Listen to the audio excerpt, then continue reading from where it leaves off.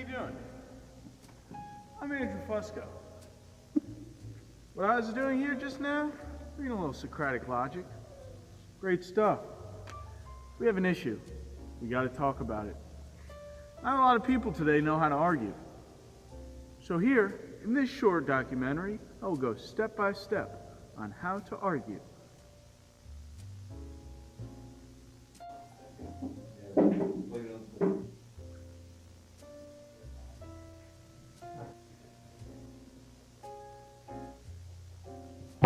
Oh, hey, man. What's going on? Nothing. How you doing today? Bro, you have no idea, but I had a crazy thought. But have you ever thought that iguanas and cats are the same thing? What are you talking about? Step 1. Understanding. Now, to start an argument, you must understand what the argument is about in the first place. Now let's pan over to our friends over there to see what they're arguing about. Wait. So you're telling me that cats and iguanas are the same thing? Yeah, basically. Like, both have 4 legs, both have 2 tails, they both live in a home, they could rely on themselves, like, the same thing. So, just to understand your argument, you are arguing that cats and iguanas are the same thing? Is that what I am understanding? Same thing.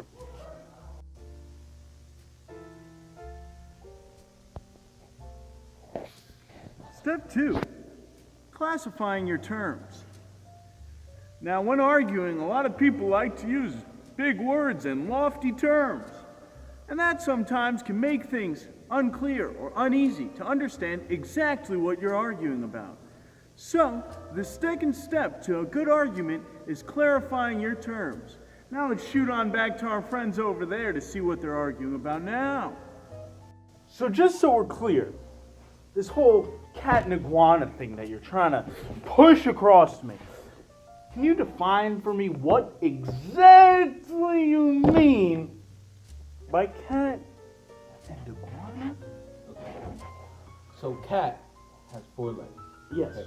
Walks on all 4. Okay. An iguana has 4 legs, he walks on all 4. Yes. They could all walk on all 4. Okay. They also have 1 tail each. Ah.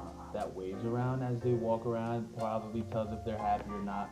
But they both have similar traits. So they're basically the same thing. You know what?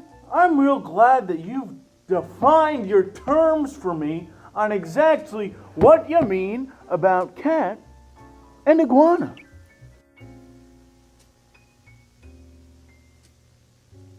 Step 3, realizing your fallacies. Now, when arguing, there's a whole bunch of fallacies you can reach on.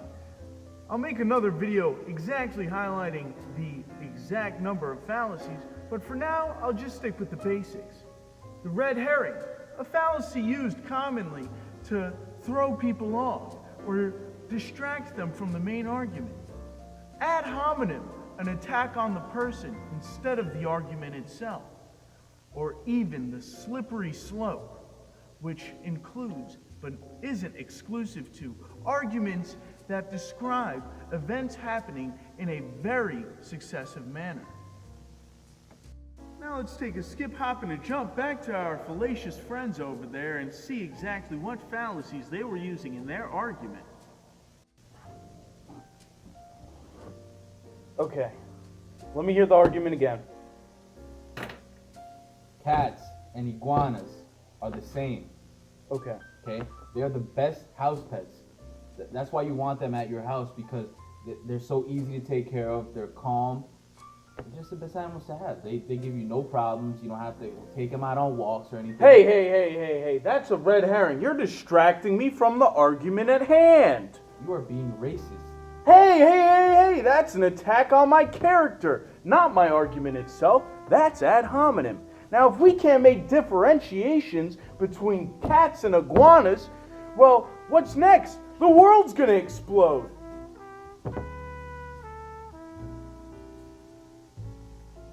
judgment, forming the argument itself. Now that you've had the basics underway, the terms, the definitions, and your fallacies, you can now focus on forming the argument itself. Some of these are such as the proposition or the declaration. To form an argument, you must follow an ABC pattern. If this, then this, it equals this. For example, our friends are arguing this. Now I'm going to need you to piece this whole argument together for me, because I'm still not grasping it. I'm not grasping it. It's not rocket science. If a cat has 4 legs and an iguana has 4 legs and they both have a tail, then they're the same thing. So your argument in its formation is if a cat has 4 tails, or 4 legs and a tail, and an iguana has 4 legs and a tail, then they must be the same. You're getting it. You're getting it. I think I am. The last and probably most important part of arguing is avoiding contradictions. When arguing, it is essential that we pay attention to the argument we make, and that there is no contradictions or things that would argue against our very argument in our argument itself. Now, if we are to focus on contradictions, we must realize that if we make contradictions, our argument may become invalid itself.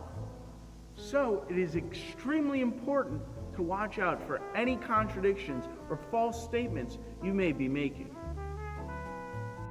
Cats and lizards. Give it to me. Yeah. Cats are what known as feline, okay? Mm-hmm. Iguanas are what known as reptiles, Mm-hmm. okay? But both these species still have 4 legs, okay? And yet they still have a tail. Therefore, they are still the same. Hold on there. There is a contradiction in your argument. See, you're claiming that they're the same when, in fact, you've stated a difference. One is feline and one is reptilian. That, my friend, is a contradiction.